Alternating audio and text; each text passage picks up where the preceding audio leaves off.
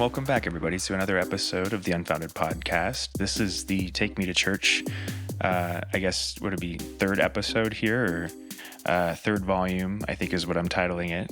Thank you for joining me again on this beautiful Sunday morning, and for taking the time out of your day to kind of do something else, right? Open up your mind, open up your heart, whatever it is, however you view it, to something new, a new idea, right? And this morning, I actually want to start off without getting too far into just me talking or introducing the show. I think you're kind of familiar with what it is at this point. I want to start off with some content, right?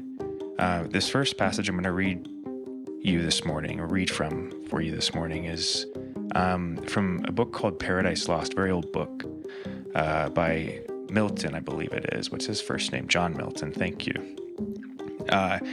And this is a book I'm listening to currently. It's partially why I want to read this beginning to you, because I think it's very relevant, especially considering the place in the Bible we're at here right now. We're still at the very beginning. I think we're only like 3 pages in, which is kind of insane when you think about it. How much depth there's been, hours of talking in just the first 3 episodes. But there's more of that to come. And this little verse I'm going to read to you is speaking about the same event, I think. You know, we've talked about Enoch, we've talked about parts of Genesis and the creation of the world, and specifically the fall of man, right? The fall of Adam and Eve, being cast out of Eden and becoming conscious, right? We've described what that story could mean. We've talked about it in the last couple episodes, and I want to read to you this version of that story because I think it connects nicely. It's kind of a mixing of the Enoch version and the version you'd find in the Bible. And because of that, I think it's important. It might help tie these 2 versions together in some way. That being said, it's kind of Old English, right? It's a little hard to follow. So if it doesn't hit you, or if you don't understand it completely right away, no, that's about right. That's about how everybody's going to feel initially. That's how I feel.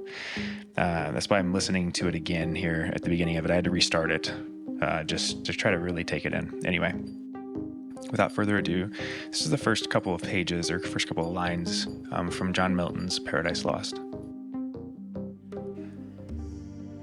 Of man's first disobedience, and the fruit of that forbidden tree, whose mortal taste brought death into the world, and all our woe, with loss of Eden, till one greater man restore us and regain the blissful seat.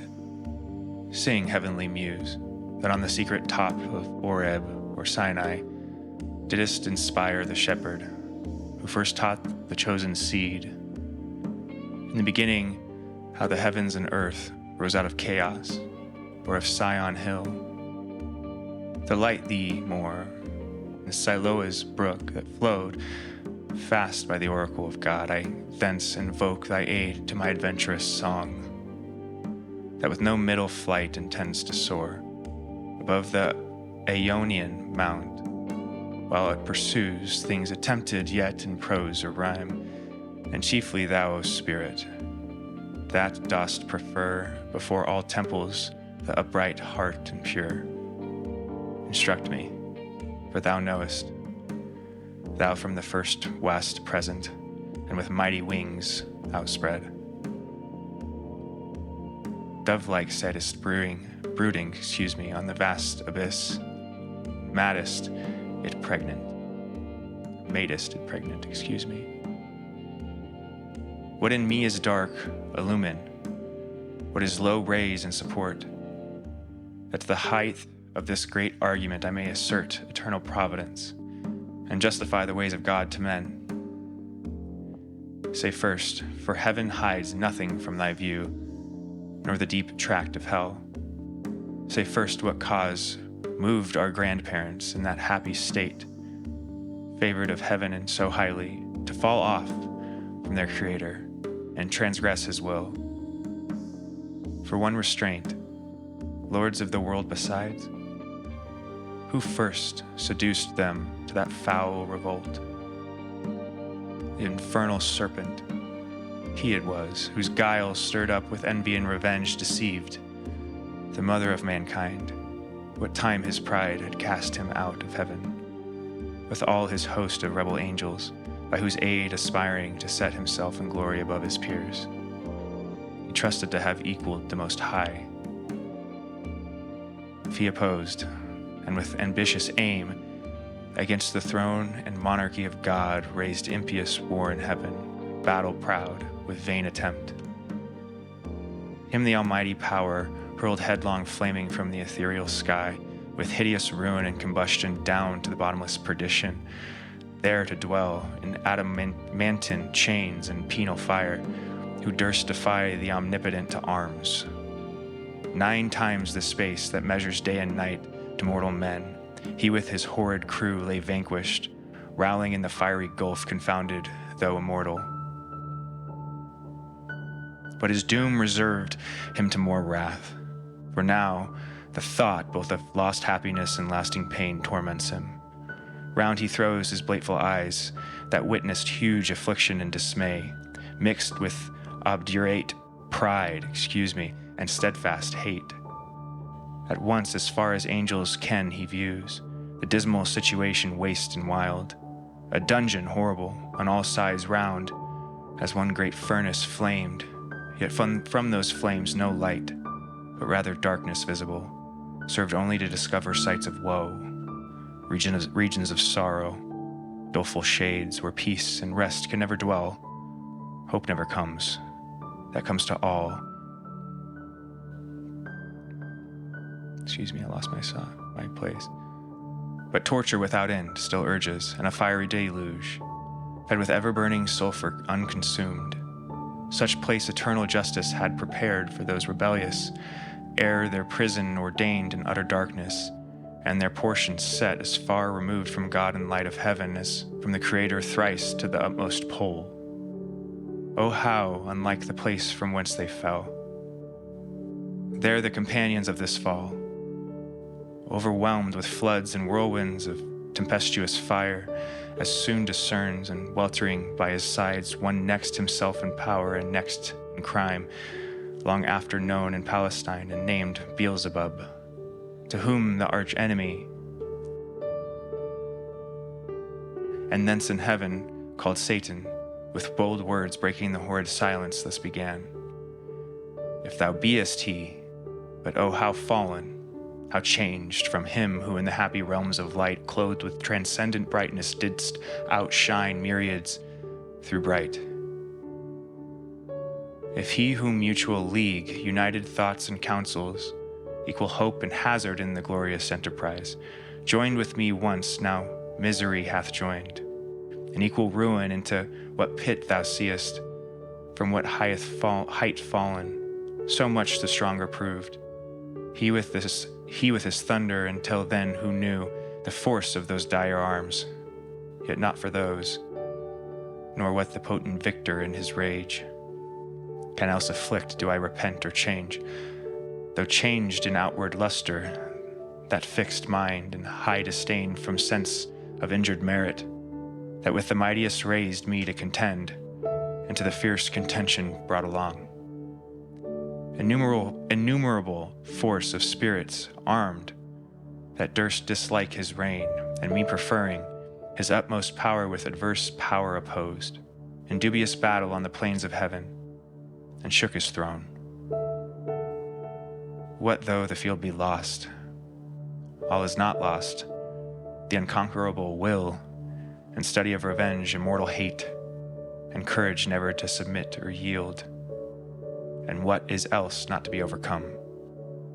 That glory never shall his wrath or might extort from me, to bow and sue for grace with suppliant knee and defy his power, who from the terror of this arm so late doubted his empire, that were low indeed,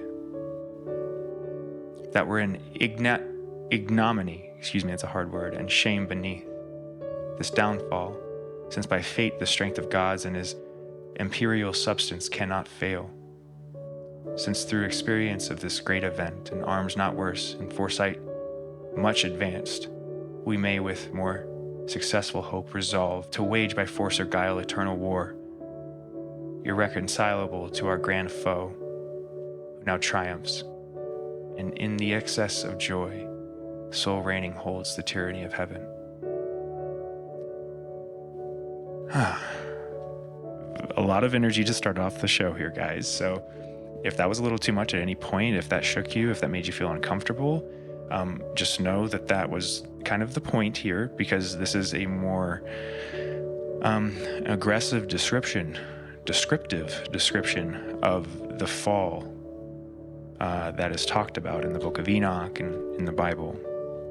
And I think it does a good job of illustrating why we've kind of tried to smoothen the edges of these stories over time, because the story we're talking about is kind of the fundamental story of evil, why it's here in the world, right? And so to really understand it means to kind of have to venture into a certain darkness that is terrifying, right? And what Milton is doing here, while this is a work of fiction, right? Where Milton is in the best way I could describe it, imagining the fall and trying to describe what it would be like from the perspective of first the archangel of Lucifer, and then what becomes Satan, right? And then all of the angels that also were in this rebellion against God, right? For those of you who aren't familiar with that version of the story, because we haven't really covered it, it's not really in the Bible or the book of Enoch explicitly in the way that is kind of outlined in Paradise Lost, right? But I think Paradise Lost gets something right in it, and it's this the motivating factor, right? There's something about, there was an unrealization of the power of God you can hear spoken about here, where before the deception, before the questioning, before the war in heaven between Lucifer and his loyal angels and the rest of heaven and God, right? Before this war, there was this, I think there was this aspect to God that was unrecognized because it had never been necessary to exercise, right? Something like a divine wrath, that because God had created all of these different versions of beings, had no desire as a father would it to hurt the thing that it had created, or to punish it, right? Unless it was necessary. And so it wasn't until the fall that you see this come out, where this is the punishment that's laid. And it's just the very opening scene of what the punishment is. It's absolutely terrifying when you really try to envision it, right? And it may be kind of hard for any of you listening right now to really pull the image out of those words, because it is wrote in kind of a poetic verse, similar to like much of Shakespeare's writing, right? So it's a little harder to follow because there's a rhyme to it, and it's taking the roundabout way to illustrate what's going on. But the reason it's doing that is because it's like a painting. It's trying to paint the image, very detailed image for you, so you can really understand what this would feel like if you were to take in that perspective of not before the fall, but immediately after losing grace. This is a different version of this. Is what you're seeing here is a different version of punishment than the way that we experience punishment, or at least we perceive punishment. It seems the way it's explained to us in the Bible and these other religious texts, that we have a certain God, or the Creator, has a certain love for us that's unconditional, a soft spot maybe that kind of always keeps the opportunity for redemption available, so that there's always a little bit of light peering into whatever hole we've tripped into. And all we have to do is look for it. Once you find it, you follow it, and it gets brighter, brighter, brighter until you're out of that place. You have that opportunity still as a human being. What this is describing is when there's no opportunity for that, which is something that human beings can't experience because we always have the opportunity for redemption. This is a different type of punishment that God only doled out on something that was different, a more fundamental creation, one that didn't have, I believe, some of the struggles that the human being has, so that the punishment was necessary. It was a more audacious thing to do than the questioning that the human being does, because there's a blindness that the human being has, maybe because of this initial sin, that makes it to where there's certain aspects of the world that are outside of our control, right? That we're encouraged in weird ways to act, to move out of the light of God. And part of what Paradise Lost does is to describe why through kind of a fictional imagination of it, but I think like I said earlier, a fairly accurate one of what those things are that are trying to convince you to do bad things, that are trying to pull you outside of the grace of God, try to trick you into thinking you're not redeemable. Why would something want to make you feel like you're not redeemable? The only answer that really satisfies me is to recognize that there might be things that are. And so they want to make you that too. Right? There's something in that for whoever's listening this morning. Because I feel like the last week has been a difficult one for a lot of people. It's a time frame when, we just had Thanksgiving here in the U.S. and, it's a time frame when you're coming together and you're giving thanks, you're being appreciative for the things that you have in your life, and this is a fundamental part of faith, right?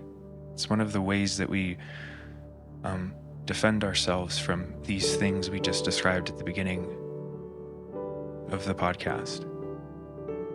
These things that are fallen and now tormented. There's a part in that where it starts to talk about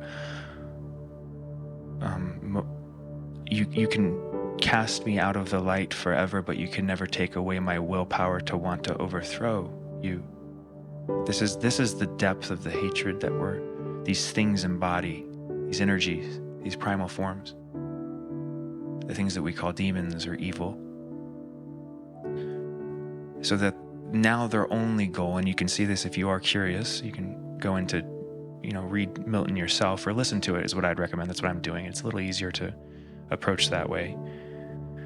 He expands on this, and even the next chapter describes a meeting where after this initial fall, there's a shock where all of these angels and Lucifer himself are laying in this pit of fire, chained, in darkness. So this is flames that doesn't emit light. So the punishment is so deep that even the natural characteristics of the thing that is punishing you is restricted so that it can't allow you to see anything. Like it's trying to illustrate you exactly how deep this punishment is and permanent, right? And as they're chained, they're laying on this fire. It describes like almost a writhing. They're in this unconscious shock, right? And then this beginning scene is the beginnings of that fallen angel of Lucifer waking up and recognizing where it's at. And then that phrase that I was just talking about, where I was describing the motivation that you can't break my will, is very important, because that's one of the first things that this fallen angel is recognizing, right? That, wow, I may have lost, and oh my God, I didn't realize how powerful you were until now. You cannot take this from me. So now you're starting to understand why these things are the way they are, right? He's giving you an answer to the motivation at a motivational level. Why do they torment you? And you get even more specific when you start to talk about the next chapter, because it goes into this meeting of sorts where he wakes up all of these fallen angels. Hey, get back up. We're not dead. We're cast out. And this apparently is our new world. So what are we going to do with it? You just want to sit here and writhe in pain forever? Or you want to try to make this our version of whatever we were trying to make up there? And what they end up coming to is this certain type of agreement. There's this conversation that goes on between like the lead angels of hell essentially now and Lucifer, where they're like, okay, how are we going to get back at God? And they say, Lucifer identifies this new creation. It's like, he's like, well, God has this new thing. And I think it even speaks of earth, right? It talks about the globe, the world, and says, just created this new thing. And it's really proud of it, really likes it. So what if we go and we kind of mess that thing up? What if we go and trick that thing into thinking that we're God? Whoa, right?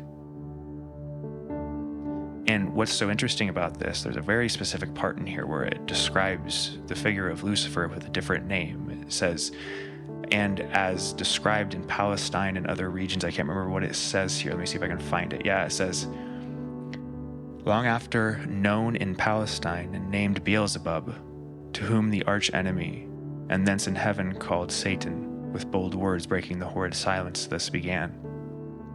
What it goes on to do is describe these fallen angels, the name that we know them by, and then the name that they've been known by to other religions and traditions throughout the world. So what Milton is doing here is he's saying the polytheistic versions of the gods, all of these different versions of God, and the ways that they try to get you to worship them are not characteristics of God.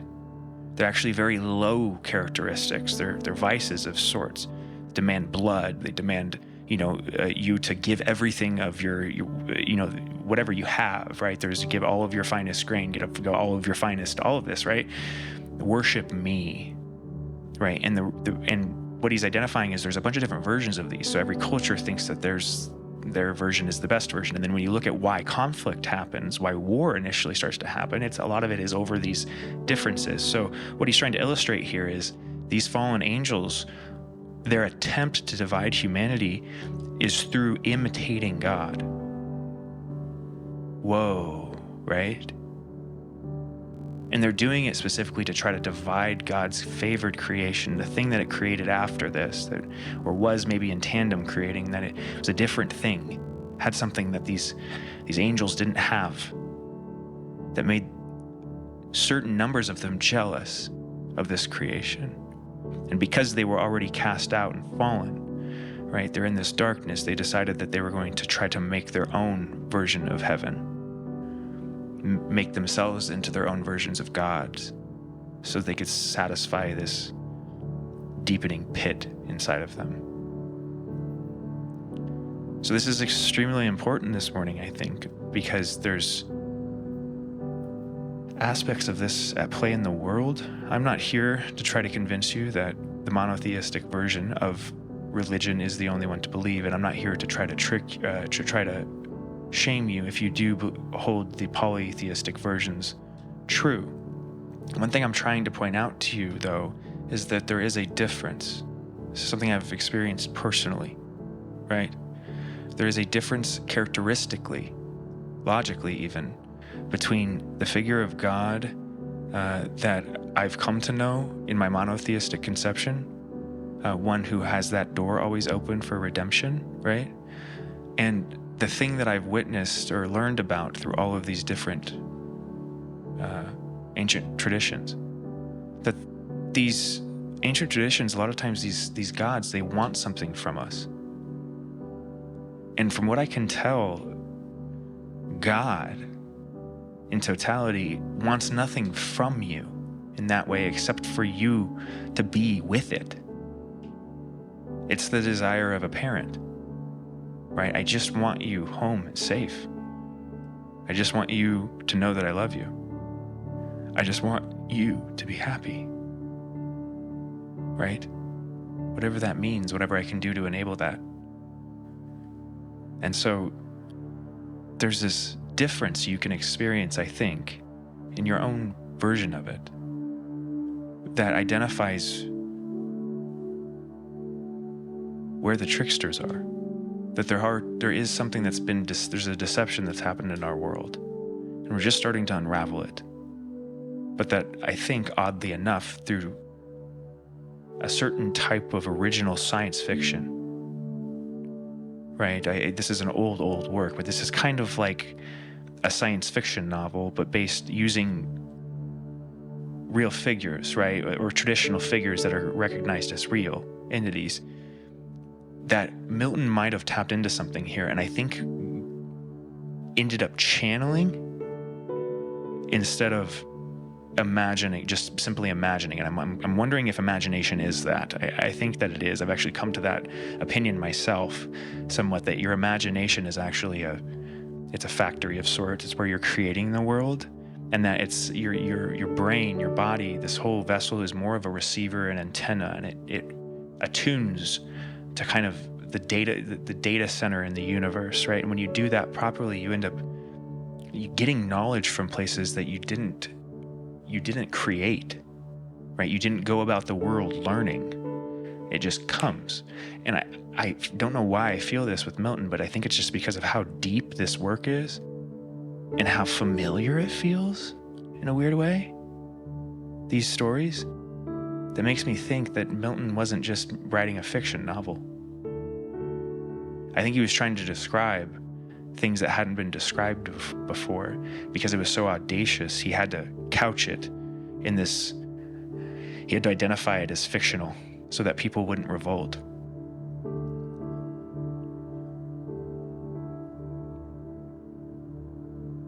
Anyway, welcome to the show, guys. And it's not meant to be heavy the entire time. This is, but sometimes, and part of the misconception with at least the modern kind of Protestant version of religion and worship itself is that there's not we don't allow ourselves to go into the dark place where the truth also hides, where these things keep the truth hidden. They know that it's a scary place to go. They know that these subjects make us feel uncomfortable. They make us want to squirm in our seat, so that the truth is hidden. Part of it is hidden there. They hold it there so that you have to kind of venture into that muck sometimes and pray that whatever you do believe in, whatever is watching out for you, is going to keep you clean while you wade through that pool. But if you have the courage to believe through that process that you are protected, you float on top of that filth in a certain way, you're able to view it, understand it, and then those things slowly become kind of afraid of what you are, because they're recognizing that their defense mechanisms haven't worked, right? So allow yourself to really question, to really venture wherever that questioning takes you, and to believe when it starts to get uncomfortable that you're doing the right thing still, that while things will try to convince you that this nastiness will get stuck on you, and if you play with these ideas too much, they're going to damage you perpetually. Well, I think that could be true for some people, but only if they're not willing to manifest the faith necessary to get completely through the pool. You can stop while you're in the middle of the muck, and then you become the muck, right? Gotta keep going. One foot in front of the other. Because you're going somewhere and it's out of the darkness. Even though it's still dark, right? There's a light up there. Can't you see it? That's that door. The reason that it's so obscure is because everything that surrounds you feels like it can never get there. Can't see the light anymore. So that it tries to pull you down until the light fades away. Don't let the world do that to you. Don't let people do that to you. Just be yourself. Proud of who you are. All of the flaws included. Because they're necessary. On this journey, they're important markers for you.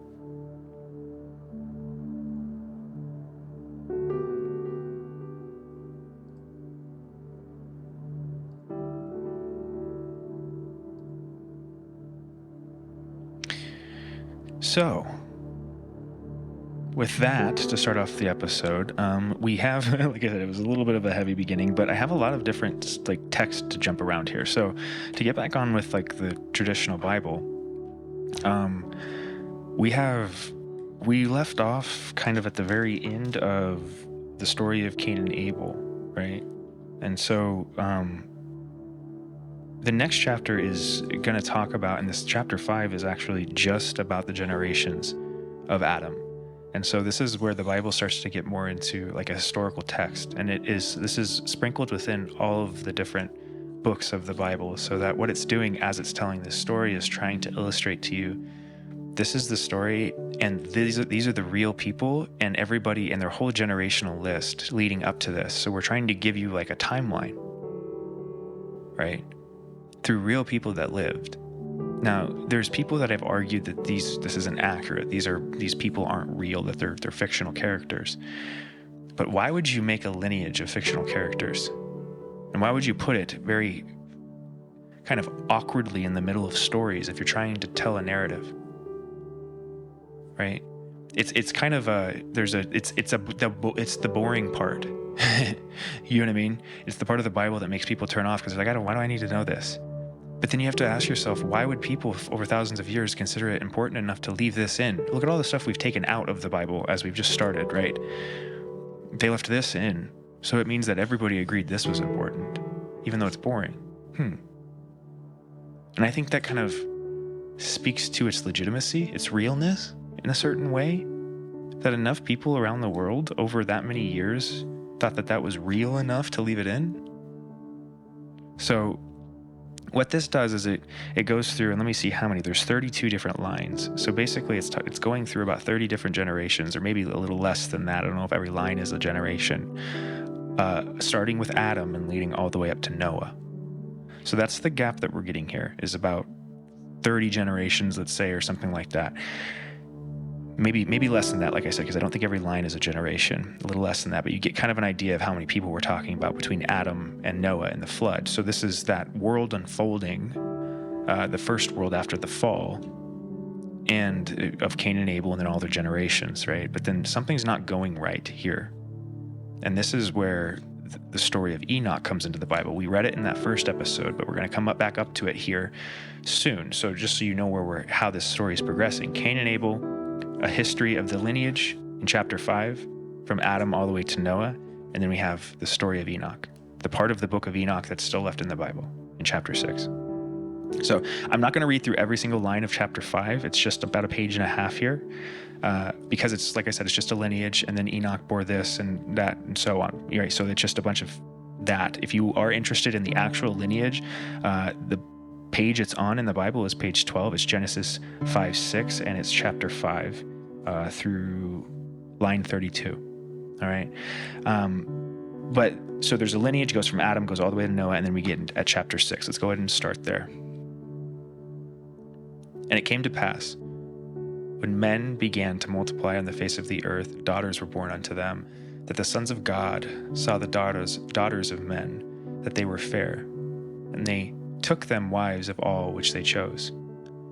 And the Lord said, My spirit shall not always strive with man, for that he is also flesh. Yet his days shall be 120 years.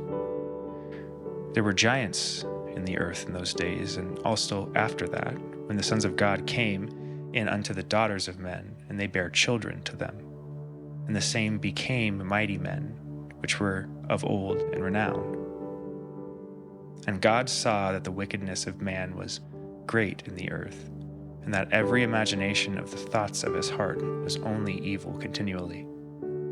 And it repented the Lord that he had made man on the earth, and it grieved him at his heart. And the Lord said, I will destroy man whom I have created from the face of the earth, both man and beast, and the creeping thing, and the fowls of the air, for it repenteth me that I have made them.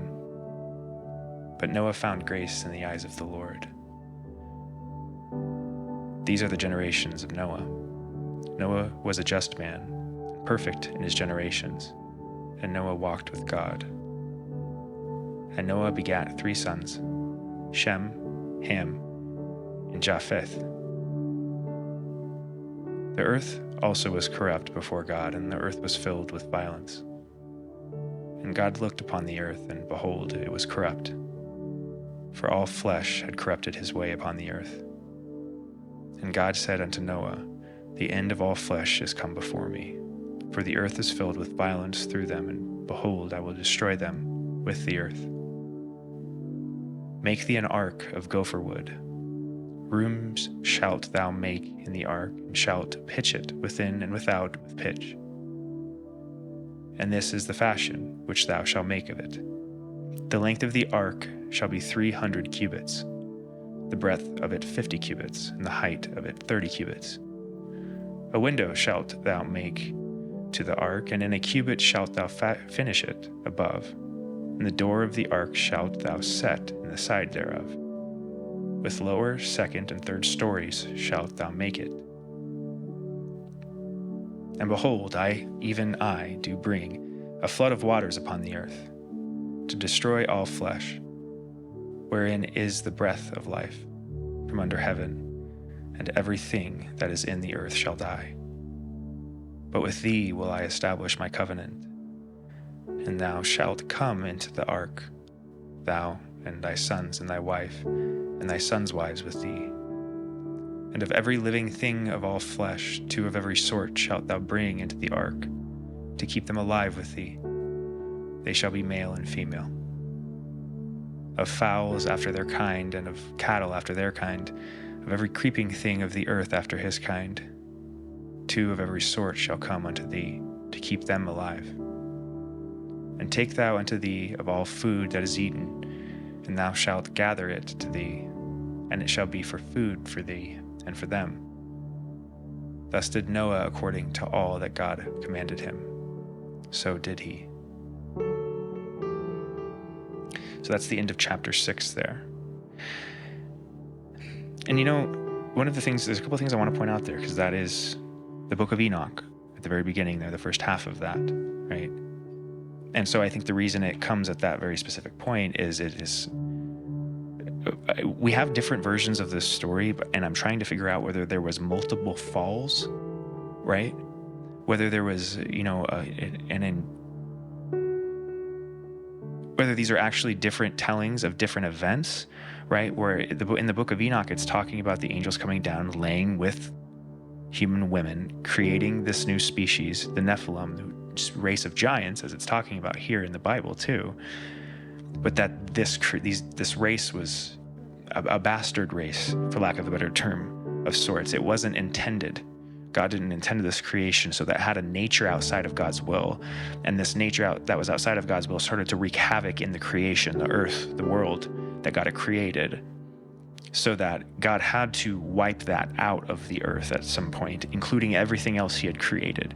But because he saw that there was goodness inside of Enoch, that Enoch still had a connection with him, Noah still was connected to him, still had faith, and that his generations, I think what it speaks about in his generations were perfect, that his generations had abided by this ancient law, this relationship, right, that you see outlined in Cain and Abel, so that they had made proper sacrifices in their lives, and they had done the right things in a world that was fallen, so that how can I destroy the thing that's done what it should do, even though it's been in a situation that was outside my control even. I need to save that. So, but he needs a fresh start, so he wipes it clean with the flood, right? And we're going to get into that part of the actual flood here very soon in chapter 7, I believe. But it's important to stop here, because all of these things are happening right here in this little section, right? The part of the book of Enoch is happening right there. It's the reason the flood happens, it looks like, if we're just matching up kind of word for word, description for description, the similar parts of these stories. And then we have Milton's description of the fall. And what I'm trying to figure out is whether that fall, that battle in heaven, is that if that's a figurative representation that Milton is describing of this fall, and that the book of Enoch is a more literal description of what actually happened practically in the world, and why these angels fell from grace, were cast out of heaven, right? And so I think there's things we can learn from kind of overlaying these books and seeing what agrees, right? And from what I'm starting to put together, I think that is the case, what I'm just postulated. I do think that Milton is describing the same fall that Enoch is describing as the same reasoning why God flooded the world in the Bible, right? And that I know that there's other stories that will overlay on this as well, other creation stories, other myths from around the world, right? Or origin stories. I know they overlay because I've seen them throughout time. Over these last 10 years or so, as I've studied these things, I've seen different shows and read different articles and things that speak about these destruction events. And if you are familiar, if you have Netflix, you've probably watched the show with Graham Hancock, right? I haven't seen the second season, but I watched the first one, and it talks about this geological evidence that is now becoming more popular and coming to light, that it seemingly has been repressed for a very long time, that seems to identify about 10 to 12,000 years ago as a period of time in which there was a global flood, that there is geological evidence for, that could also fill in the gaps between some of our ancient stories, origin stories, and where we are today. So that what it's starting to look like is that we have different terms for these different pieces. We have different pieces of the story, but they're described in different language, and those pieces are held by different parts of different civilizations around the world. It's that fragmented, right? So like, we don't know what the name of this original civilization was here, the first thing, right? But there's some other myths that might be able to explain what it was named and what it was like and what kind of technology they had. And if you are interested in kind of historical mythology, the myth of Atlantis overlays very well, right? Because the story of the destruction of Atlantis is a story of a flood event, right? And this is a place that Plato himself speaks about, right? Let me see if I have...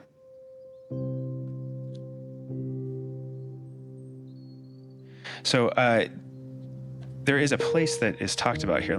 I have a bunch of different things opened up here. Okay, there's that. Anyway, point being, there is, I think we're starting to see the story, the grand story.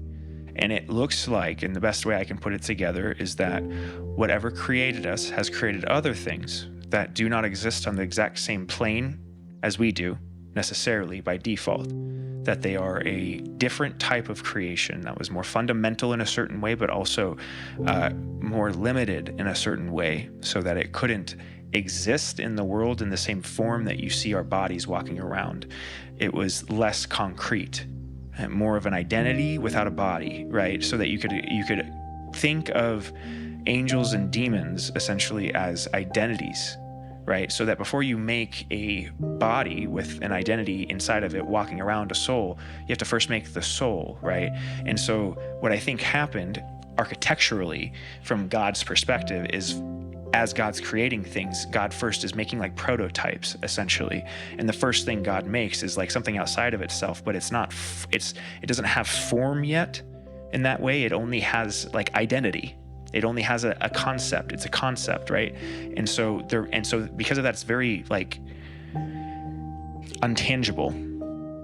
And I think that's what angels are. And I think that's what demons were initially, right? But then there was a process that took place in which these things figured out that they could embody in the physical plane. There's a way that this identity could be transmuted into a physical place, right? And so that you start to see or talk about the idea of vessels, right? This is something that's more popular in kind of like the alien conspiracy kind of realm, but this idea that that high-level beings, that once you get to a certain level of consciousness, the body isn't necessary anymore, and that your consciousness kind of can move where is necessary, so that the vessel isn't really that important. You can transfer that between vessels. I think this might have been the first thing that was created, was the thing that could transfer between vessels, and then the vessel was created, right? And that what human beings are is a combination of these things, kind of by default, so that they're not really disconnectable in that way, right? Because their original state is the combination. The intention was the combination, something like that. I don't know. I'm channeling right now, so we're just trying to remain open-minded about what could have happened here. You know what I mean? Put it together, listen, see if anything is trying to tell us right now. It seems like something is, right? I do feel like I need to read chapter 7 as well here.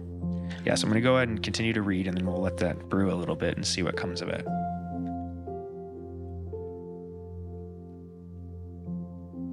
I hope you understand why it was necessary to read Milton at the beginning there and have that more, like I said, low vibration energy to start off, because I do think that it was necessary to overlay all of these stories. Chapter 7. And the Lord said unto Noah, Come thou, and all thy house into the ark, for thee have I seen righteous before me in this generation. Of every clean beast thou shalt take to thee by sevens, the male and his female, and of beasts that are not clean by two, the male and his female. Of fowls also of the air by sevens, the male and the female, to keep seed alive upon the face of the earth. For yet 7 days, and I will cause it to rain upon the earth 40 days and 40 nights. And every living substance that I have made will I destroy from off the face of the earth.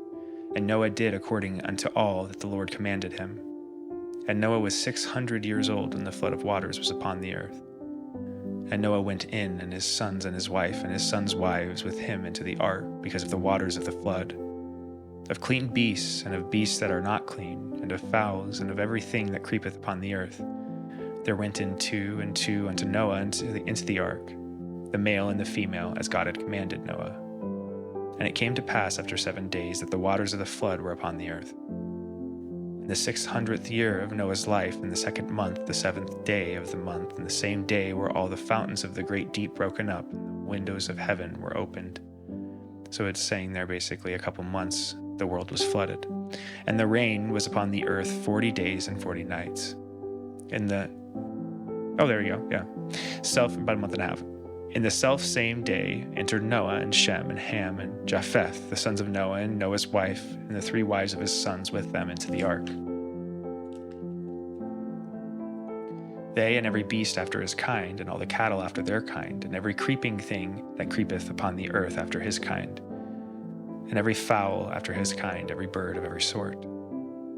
And they went in unto Noah and into the ark, 2 and 2 of all flesh, wherein is the breath of life. And they that went in male and female of all flesh, as God had commanded him, and the Lord shut him in. And the flood was 40 days upon the earth. And the waters increased, and bare up the ark, and it was lifted up above the earth. Oh, that's interesting. And the waters prevailed, and were increased greatly upon the earth, and the ark went up upon the face of the waters. And the waters prevailed exceedingly high upon the earth, and all the high hills that were under the whole heaven were covered. 15 cubits upward did the waters prevail, and the mountains were covered. And all flesh died and moved upon the earth, both of fowl and of cattle and of beast and of every creeping thing that creepeth upon the earth, and every man. All in whose nostrils was the breath of life, of all that was in the dry land died. And every living substance was destroyed, which was upon the face of the ground, both man and cattle, and the creeping things and the fowl of the heaven, and they were destroyed from the earth. And Noah only remained alive, and they that were with him in the ark. And the waters prevailed upon the earth 150 days. So it was about half a year.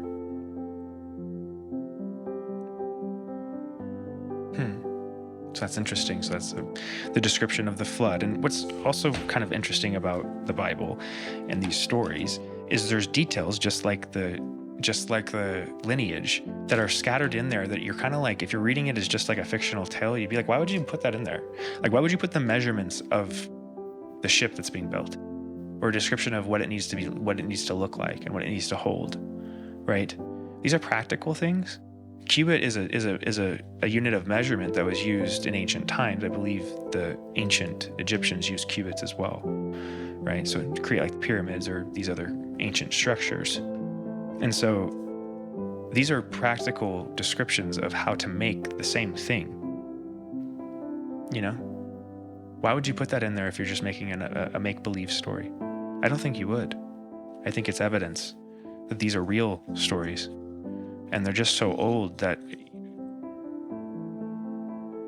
we have to now believe that they're real in addition to reading the words.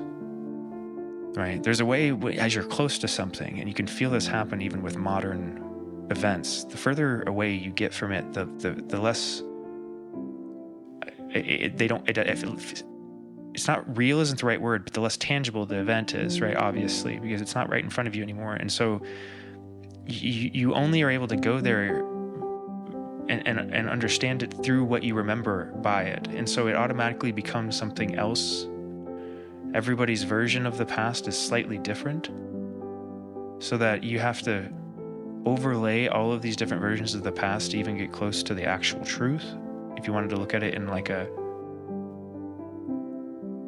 data point way, accuracy way,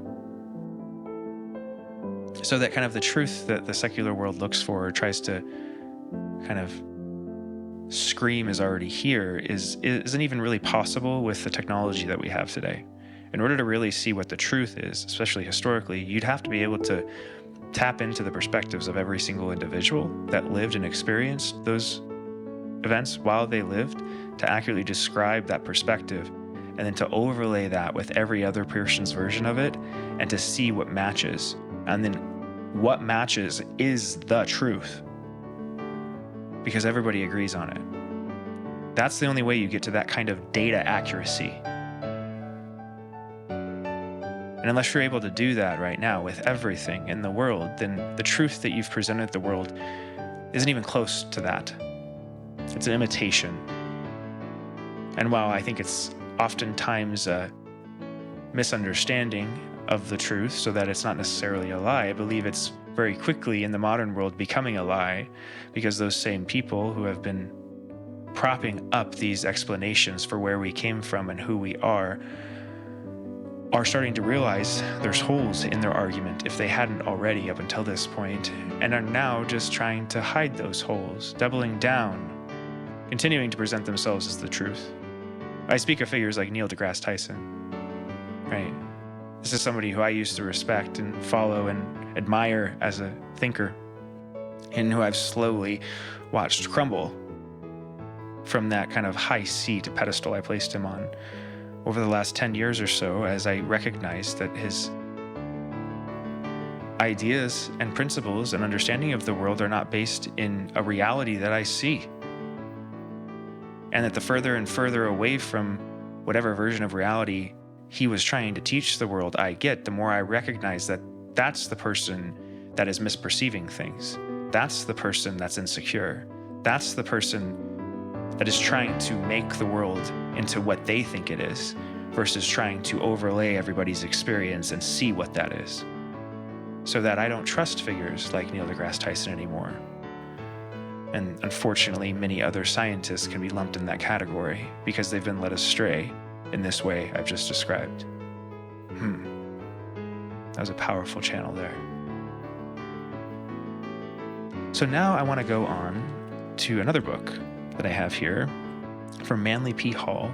This is The Secret Teachings of All Ages. This is a book that's like the size of a dictionary.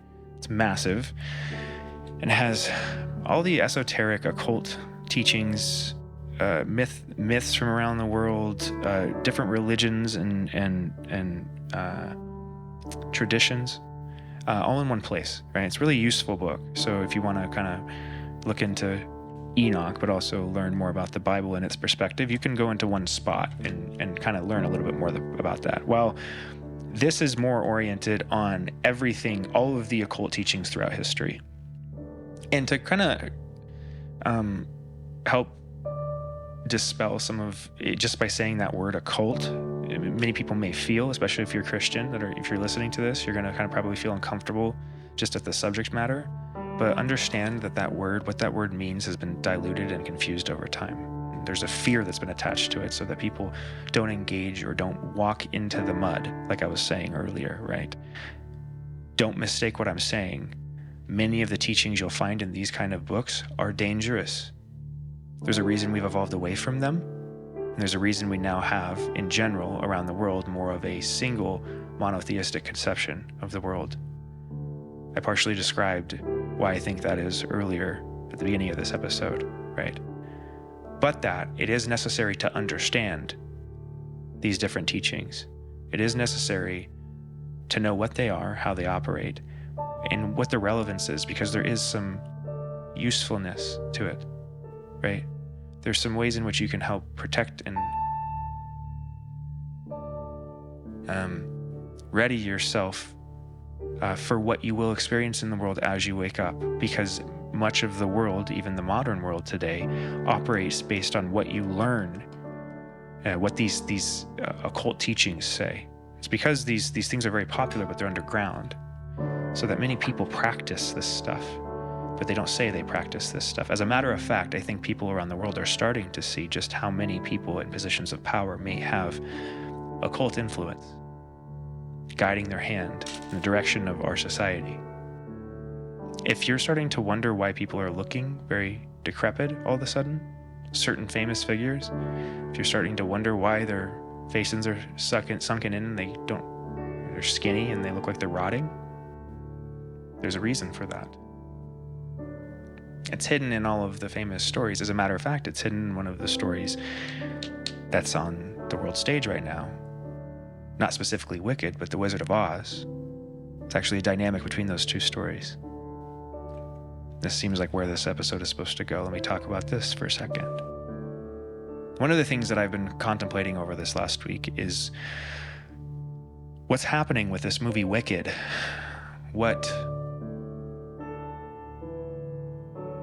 Because this is not something I grew up with. This was not a story that it doesn't seem like this was a story that was created for me, like really marketed for me, like a middle-aged man, right? White guy, a middle-aged white guy, a single white guy. I don't think that Wicked is necessarily intended for me. But that being said, I've never had a curiosity about it. I've never watched the play, and I don't specifically know the entire story. But what I find interesting is how certain I have felt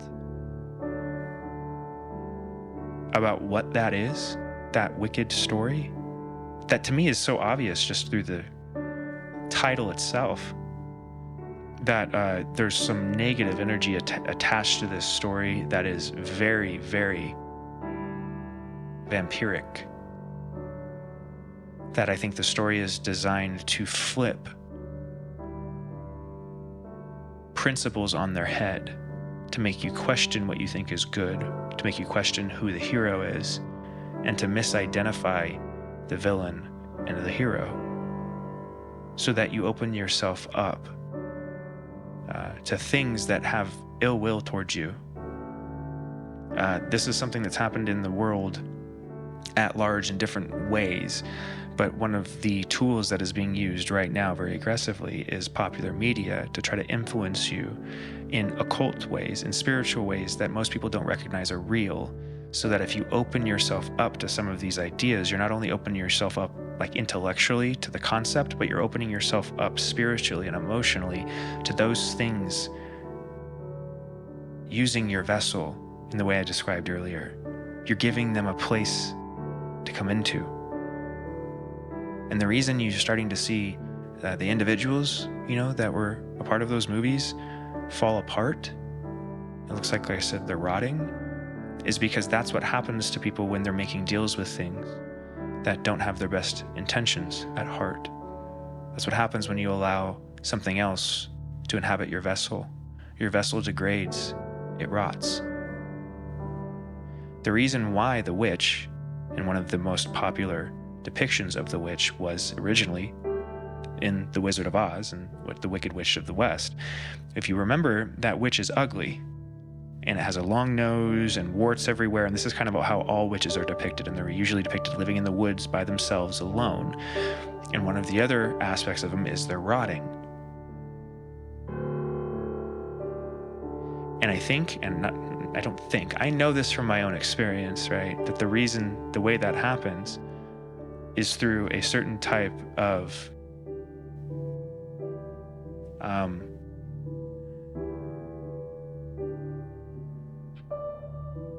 for lack of a better way of putting it, it's a deal with the devil. When you make a certain deal, when you want something bad enough, right? When you think that thing that you've placed on a pedestal in your mind is above or more important than anything else, including your relationships, you automatically are talking to something that doesn't want the best for you. In any agreement, any understanding you come to in that space is a deal of sorts that you make. And there's more overt ways to do this, and there's more kind of subtle ways to do this.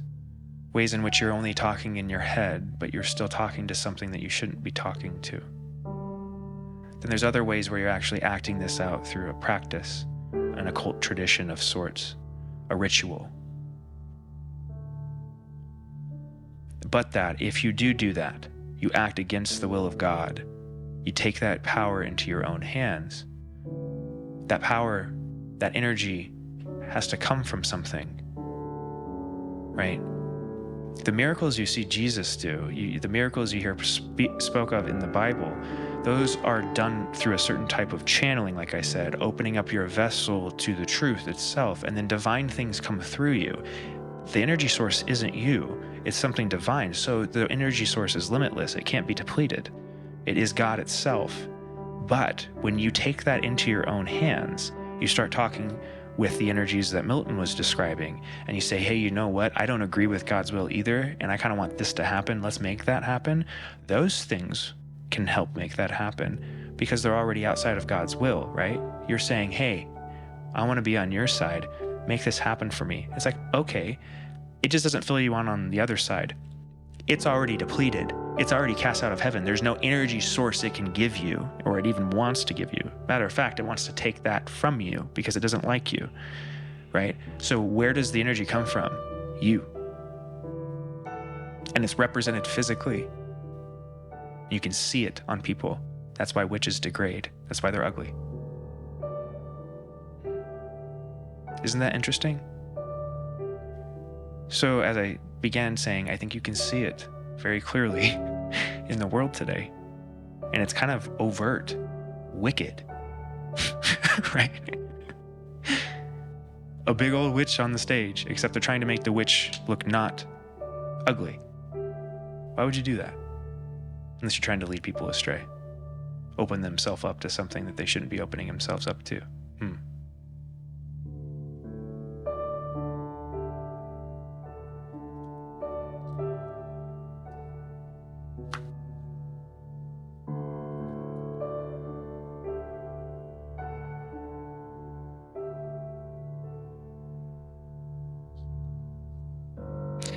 Okay, so this is from The Secret Teachings of All Ages by Manly P. Hall, and this is the section on Enoch, or more specifically, Thoth Hermes Trismegistus, which is his other name that he's known by, Hermes Mercurius Trismegistus. I don't know how to pronounce the last name very well.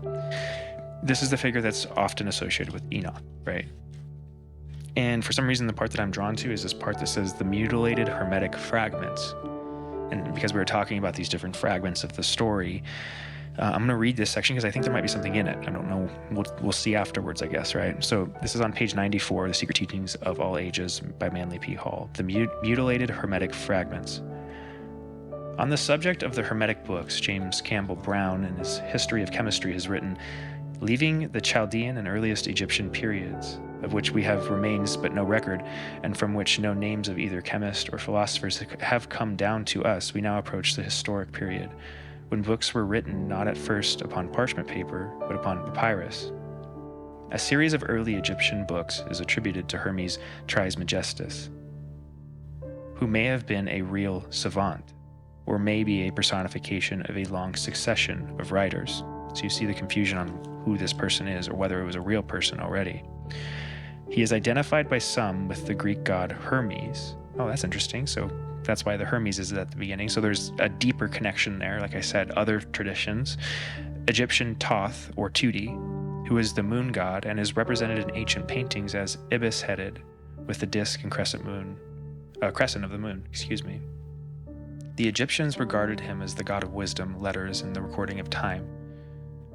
It is in consequence of the great respect entertained for Hermes by the old alchemists that chemical writings were called hermetic, and that the phrase hermetically sealed is still in use to designate the closing of a glass vessel by fusion, after the manner of chemical manipulators. It's interesting, huh? We find the same root in the hermetic medicines of Paracelsus and the hermetic Freemasonry of the Middle Ages.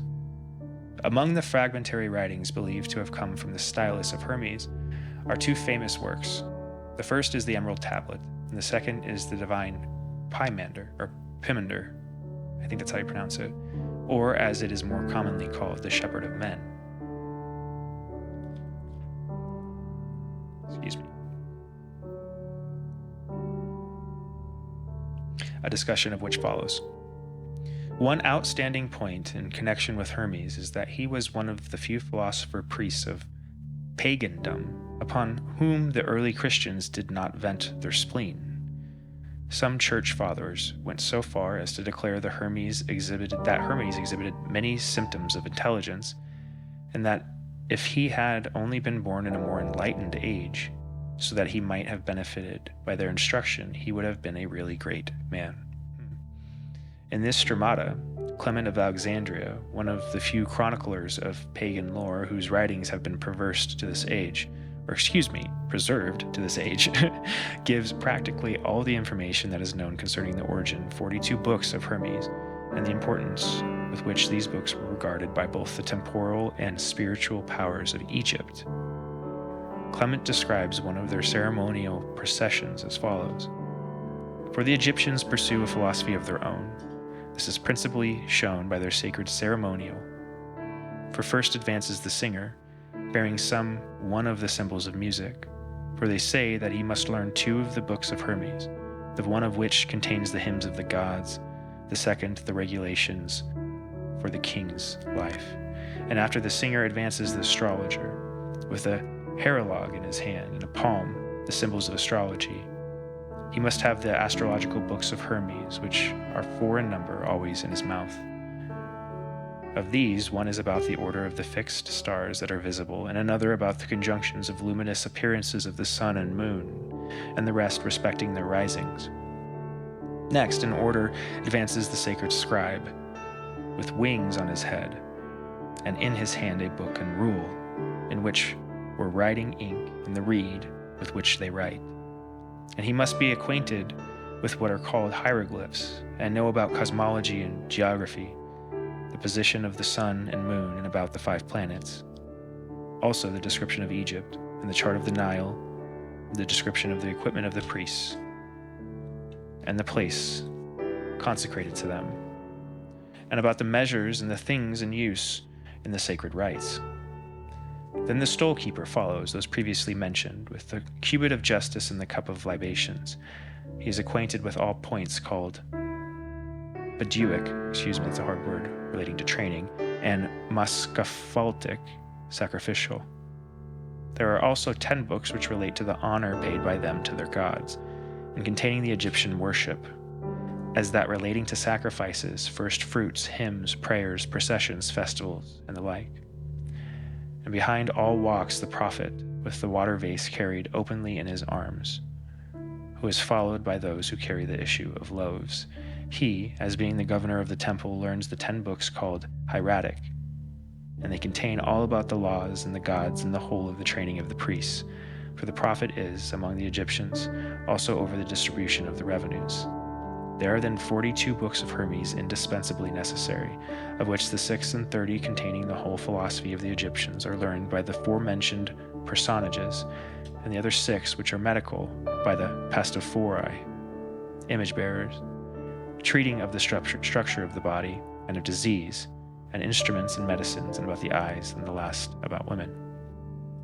One of the greatest tragedies of the philosophic world was the loss of nearly all of the 42 books of Hermes mentioned in the foregoing. These books disappeared during the burning of Alexandria, for the Romans, and later the Christians, realized that until these books were eliminated, they could never bring the Egyptians into subjugation. The volumes which escaped the fire were buried in the desert, and their locations is now known only to a few initiates of the secret schools. So, as you can hear, this also is because it is a description of occult history, has a very, there's a certain tone to it that you can tell is not aligned with the Christian tradition, which I don't agree with personally, but just because I don't agree with it doesn't mean I can't engage with the ideas as well. And there's some information in there that's kind of interesting. It speaks about kind of what the books were. So what was Hermes Trismegistus? Who was he in the Egyptian tradition, and why was he so important? And it appears he was a prophet, right? But from what I understand as well, kind of a representation of one of these gods on earth. And that the teachings that this person bring, you kind of see in the Book of Enoch, were followed as not only like a history, but were like deeply rooted in the traditions of society in ancient Egypt. So that a lot of, the mystery of Egypt is locked away in those writings that are now lost to history. right? So that we have a general understanding, as he was describing, of kind of what they would do ceremonially with these books, but we don't know what's in the books. We just have these fragments, right? And maybe that's, as he postulates, he thinks that that's because the Christians and other religions throughout time wanted to destroy these things, the burning of Alexandria, these kind of things, and that may very well be true in certain instances. But there's a reason why, at a higher level in all of history, these were concealed from the human race, right?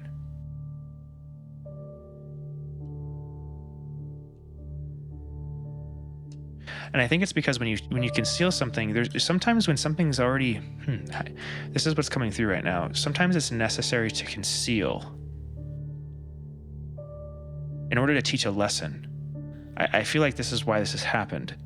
In order to properly understand something, sometimes some parts of it have to be concealed so that you can identify the fundamental structure of it.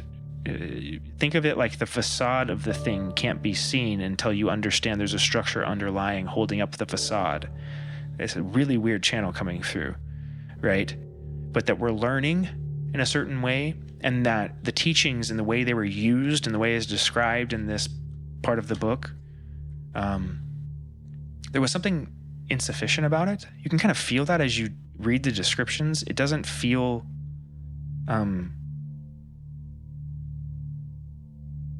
this might be my opinion, but it feels misguided, misunderstood, like a misunderstanding of the truth. So that I've contemplated last episode whether Enoch or this Hermes is a good figure, and I'm still trying to figure that out because of how this relates to the fall of man, and how intricate Enoch is in that story, how deeply rooted, right, as the teller of the story this person is. That many of the traditions that have come since then have been based on not only the Christian traditions, but more so the ancient traditions were based on kind of this understanding of creation. But that obviously it wasn't sufficient, because that creation fell apart. It allowed things to happen like you see in Exodus, right? The enslavement of entire civilizations, and the subjugation of those same people, human sacrifice in general, external sacrifice in general, to a degree that kind of depleted the individuals within the society, because they were constantly sacrificing something to try to demonstrate their loyalty to this deity. And from what I can tell, that seems to me to be a vampiric relationship. So that what I'm starting to think is that we have been deceived as a civilization, and that it's all right here in the very first pages of the Bible, the creation story itself. I don't know this is a hypothesis, but I believe that there was a deception that happened, that because, like I was describing before, the angels, what you could also call demons once they're fallen, these spirits, these energies, these identities, they don't have vessels, but they want them. They can embody them to a certain degree when allowed, but because it's based on the free will of the person already embodying the vessel, they have to trick that thing into giving them permission. This is where the whole story of vampires comes from, I think. It's figurative. It's meant to demonstrate this other relationship that we have with things that aren't physical, right? But that the whole idea, you remember how a vampire can't enter your house, right? Unless you invite them in. And it's a vampiric relationship. What is it trying to do? Drain your life force, right? It wants to take you, because it doesn't have that energy source anymore. It's cut off from it. So it's constantly, if it doesn't have it, it'll die, it'll rot, it'll wither away into nothing. So that into dust. Imagine something that's already dead and is just trying to maintain itself, but it's already dead. And it died a long time ago. That's what a vampire is, right? And that's why it'll turn to dust, because it's already dead. It has to use the life force of something else. It has to use your blood. And the only way it does that is by you giving it permission. It can't take that life force because God gave you free will. That vampiric thing already lost that free will when it died. You see?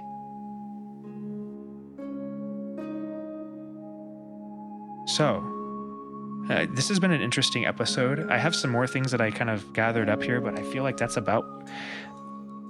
is kind of where I want to leave it. Let me see here. Actually, no, there is a part that I want to do here. But there's something in that, guys. I'm going to leave that there because I feel like I'm getting channels here today that are kind of coming in out of nowhere, and they're a little disjointed. I hope as I listen back to it, it makes sense, and I hope it makes sense for you. But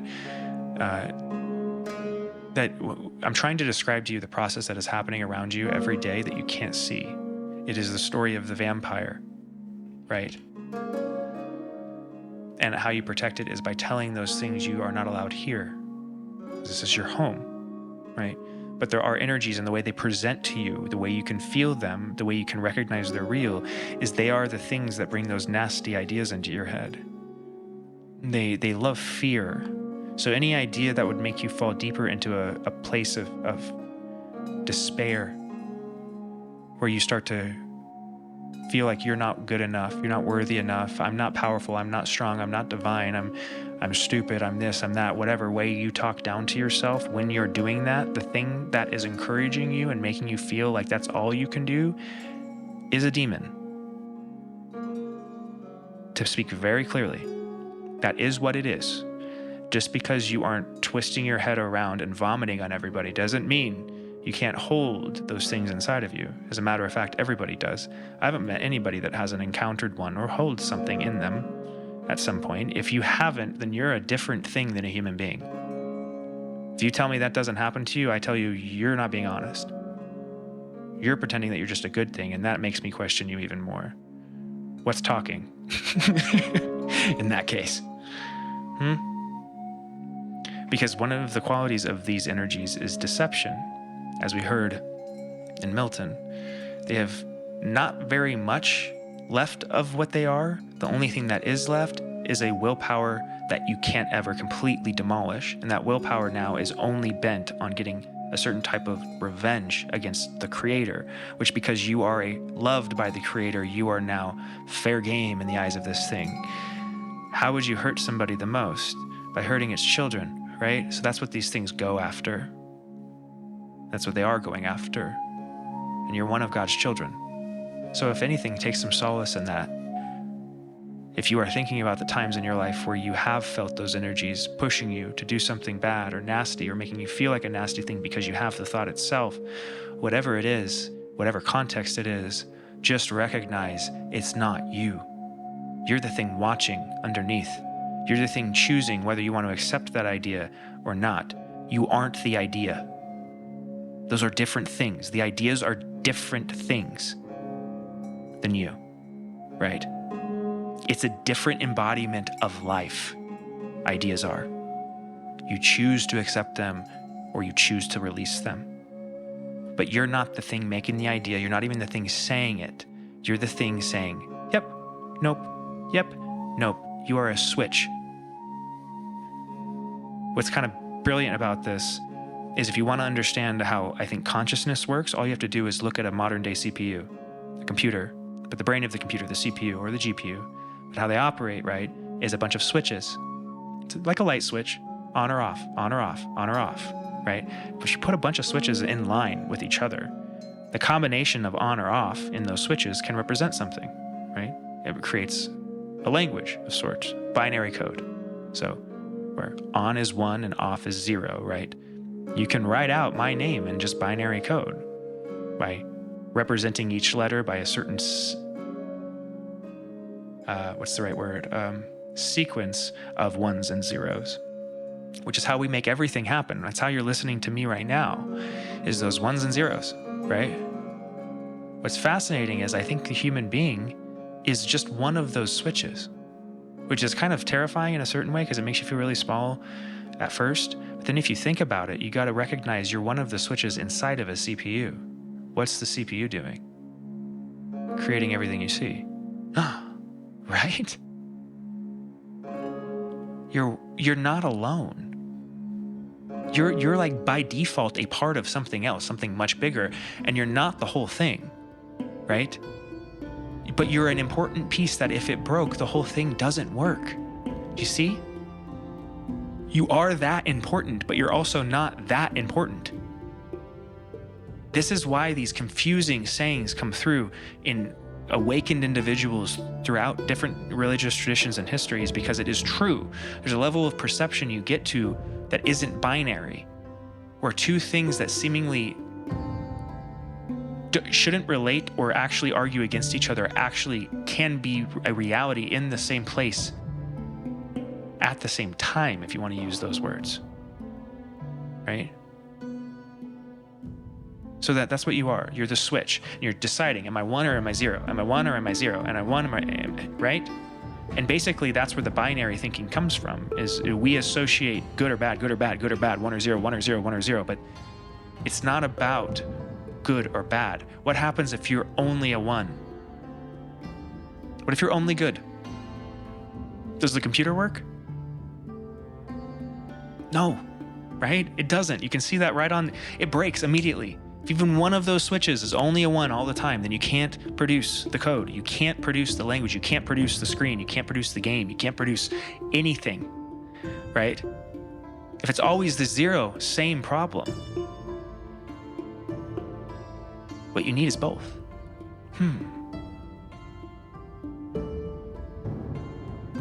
So what these negative energies, demons, whatever you want to call them, fallen angels, what they try to do is try to get you stuck on a 1 or a 0. I'm only bad, or I have to be only good. You see? So that what many people are doing when they go to church is trying to be a 1. And what many people who refuse to go back to church or open themselves up to an idea of God are refusing to be a 1 and will only allow themselves to be a 0. Right? Same thing happening, two different sides of the same thing. But it's essentially the same process happening, a process of degradation, a process of limitation, a broken transistor through which the energy of the universe cannot flow and reality cannot unfold properly. Man, oh man, is that a beautiful way to describe it. Thank you for whoever or whatever described that right now. Because that is definitely a channeled message. I've never thought of it that way before, but how beautiful. So like I said, that can make you feel really limited, especially if your ego is really driving your car right now. If you are associating you with your conception of you, with everything you have, with your house, with all of that, me telling you you're nothing but a 1 or a 0 is going to make you feel like I'm degrading you, like I'm trying to be mean to you, like I'm calling you insignificant. And partially is because like half of that's true. I am calling you insignificant, but I'm also calling you hyper important. You're just not seeing that part of it, right? I'm also calling myself insignificant and also hyper important. We're all a transistor and all equally important. This is where the idea of equality truly comes from, right? That's why we're all equal, because we all have an equal stake in creating reality. And as soon as one of those things breaks, it starts to make reality into a different thing. It breaks the computer. There's glitches, there's blue screens that happen that are outside of any individual person's control, but can only be eliminated kind of through the realization of each individual transistor's actual purpose and an embracing of it. So that because we become so secularized, you have to describe what a human being is through something lifeless like a transistor. But that is fairly accurate. You're a living transistor. And as soon as you embrace that, messages come through like what you're hearing right now. Right? Because I'm flipping back and forth between a 1 and a 0. You've heard it happen in this episode. Right? Everything that we talked about isn't nice. As a matter of fact, I probably didn't sound very nice in some of those things that I was reading. That was because the things I was feeling isn't very nice. Because you have to feel those things to understand them. Right? So if you are somebody who is traditionally Christian and you've limited yourself, you said, I'm a good person because I don't do these things, right? And you have this thing inside of your head that is constantly tormenting you, pushing you, making you feel like you have to hold yourself back from doing those things. I'm not here to criticize you by saying this, but I'm telling you so that you understand the point I'm making. You're not doing it right. That's not faith. That's fear, right? And you're not only a good thing. You know that. And that's why that thing is using it to torment you, because you're lying to yourself, right? And it's going to keep tormenting you until you finally recognize, I'm not only a good thing, I am a bad thing, and I've done these bad things, and I want to be forgiven for those things so that I don't do that again, because that's actually not what I wanted. I really never wanted to be any of that. But because I was trying to only be a good thing, I made myself feel like I had to hold myself back from all of these other negative things in the world. Like I was something that would do it if I just let myself out of the gates for a little bit. But that's not the truth. That's an image that this other negative, degrading energy is trying to make you think. It's trying to trick you into thinking that there's a pull to these nasty things, that there's some betterness to them versus what you're experiencing right now. Some greener pasture that once you jump over, you realize is a rotting field, right? Don't allow those things to trick you, pull you into that. I think that's the message coming through for today. So out of the book of Enoch, this is the one by R.H. Charles. It kind of has a bunch of descriptions in it too and guides you through it. This is the one I read on the TikTok Live about a year ago. It has sections on the lost books of Enoch, or of Noah. So since we just read part of Noah, I thought it would be fitting for us to read that section of this book. It's very, very small. That talks about Noah, see what we can pull out of it. And then I also had, for some reason, I pulled some tarot cards as I was doing this and as a page marker. Didn't look at them, but the page marker for this page to end the show is the Knight of Pentacles. Right, and it's a traditional, this is the Rider-Waite Tarot deck, right? So it's the Knight of Pentacles is shown as a knight on a horse. He's holding a pentacle, which is essentially a coin. You can think of it as a coin. And he's holding it in his right hand. He's kind of holding it forward, like in front of him, while he's sitting on his horse, very proud, upright, clad in armor, with a red garb, red bridle, and the sky is yellow. The grass is green and the mountains are blue and the mountains are far in the distance, kind of representing that a lot of the hardship, a lot of the trials, the tribulations, the climb, Sisyphus pushing the rock up the hill, that's been put below you now. You've risen above that and you've become stronger because of that, or you are becoming stronger because of these trials. You now understand the purpose of these trials of this mountain so that you have a force that's bigger than you, the horse itself, carrying you very fast, with strength and stability towards those greener pastures. Matter of fact, you're already starting to stand on some of them. And you have every color represented on you somewhere so that you have everything you need moving forward to make what you've been dreaming about a reality. And partially why we're going through the Bible in so much depth and trying to figure out really what is this story, so that we can understand what we are, what the Creator intended us to be. Truly, what is this thing and what are we intended to be so that we can be it? So we can actually be it, all of us. So we can do our job as a transistor. So the CPU can function. So we can play the video game, right? So we can create the video game. So we can create new worlds. So we can create a new reality. Right? All of these things. But the pentacle represents that. It represents a physical manifestation of the thing that you've been creating in the ether, that you've been digesting, that you've been gestating. So that's the marker for this page. Interesting, right? Fragment of the Book of Noah. After some days, my son Methuselah took a wife for his son Lamech, and she became pregnant by him and bore a son. And his body was white as snow and red as the blooming of a rose, and the hair of his head and his long locks were white as wool, and his eyes beautiful. And when he opened his eyes, he lighted up the whole house like the sun, and the whole house was very bright. And thereupon he arose in the hands of the midwife, opened his mouth, and conversed with the Lord of righteousness. And his father Lamech was afraid of him, and fled, and came to his father Methuselah. And he said unto him, I have begotten a strange son. diverse from and unlike man, and resembling the sons of the God of heaven. And his nature is different. He is not like us, and his eyes are the rays of the sun, and his countenance is glorious. And it seems to me that he is not sprung from me, but from the angels. And I fear that in his days a wonder may be brought on the earth. And now, my Father, I am here to petition thee and implore thee that thou mayest go to Enoch, our father, and learn from him the truth, for his dwelling place is amongst the angels. So this is, the way this is speaking of it, this is speaking as if when Enoch left, as we talk about, Enoch didn't die, Enoch was taken by God, as it says in the Bible. This is speaking of Enoch lives amongst the angels, and this is two real people talking about their son Noah he's talking about his son Noah being born, and he's saying, go talk with Enoch, but he's talking about it in a context like Enoch's real still. He's saying like, it's like as if Enoch lives down the street on the next corner, except Enoch is with the angels is what he says, but go visit him.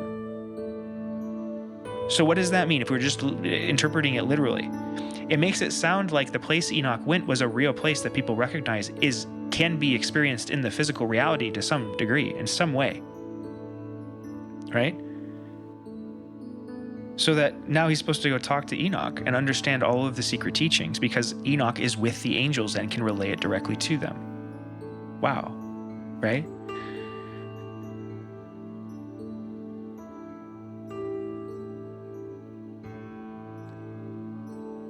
Let me see.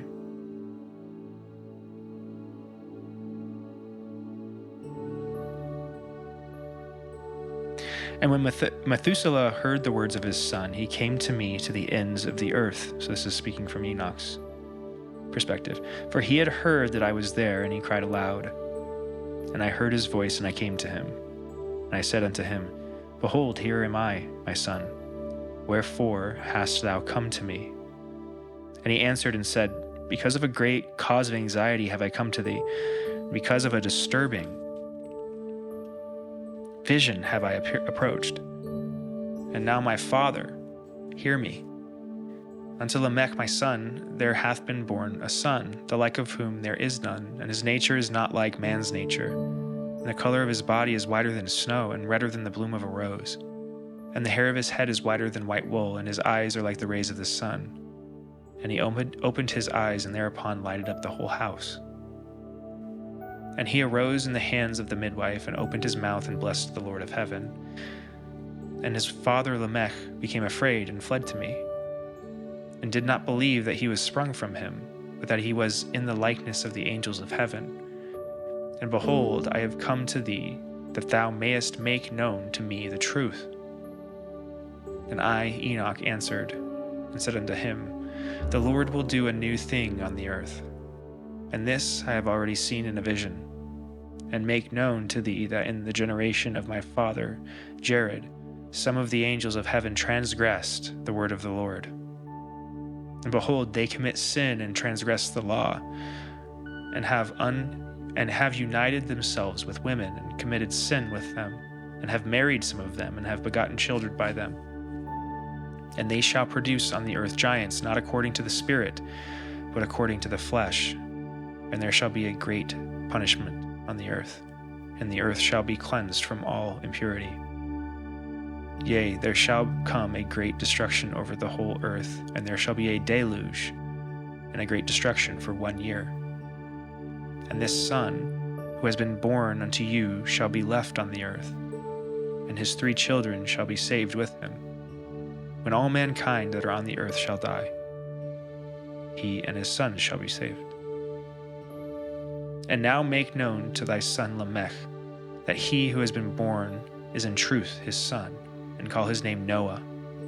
For he shall be left to you, and he and his sons shall be saved from the destruction which shall come upon the earth on account of all the sin and all the unrighteousness, which shall be consumed on the earth in his days.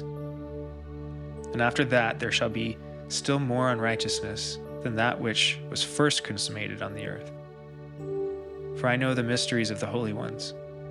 For he, the Lord, has showed me and informed me, and I have read them in the heavenly tablets. And I saw written on them that generation upon generation shall transgress, till a generation of righteousness arises, and transgression is destroyed, and sin passes away from the earth, and all manner of good comes upon it. And now, my son, go and make known to thy son Lamech that this son, which has been born, is in truth his son, and that this is no lie.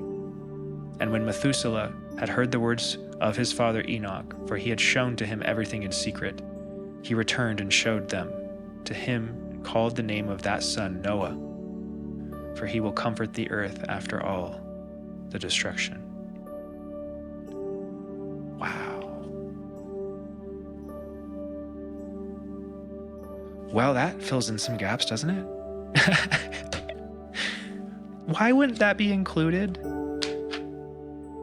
Why wouldn't you want that piece of the story there? It's what bridges the gap for us. You know?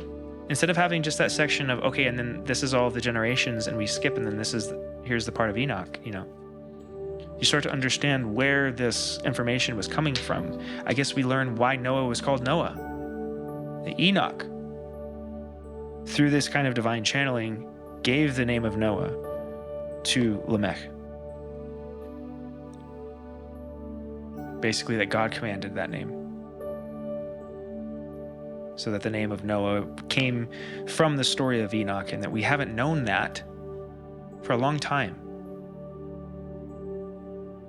Right? What does that mean for us? It means that there's a lot of this, guys. I think what I'm starting to put together is this is very necessary. There has been so much concealed, so much reorganized, that you now have to have 4 or 5 different books sitting on your table while you're reading the Bible if you want to actually understand what's going on. Right? That's how concealed this is.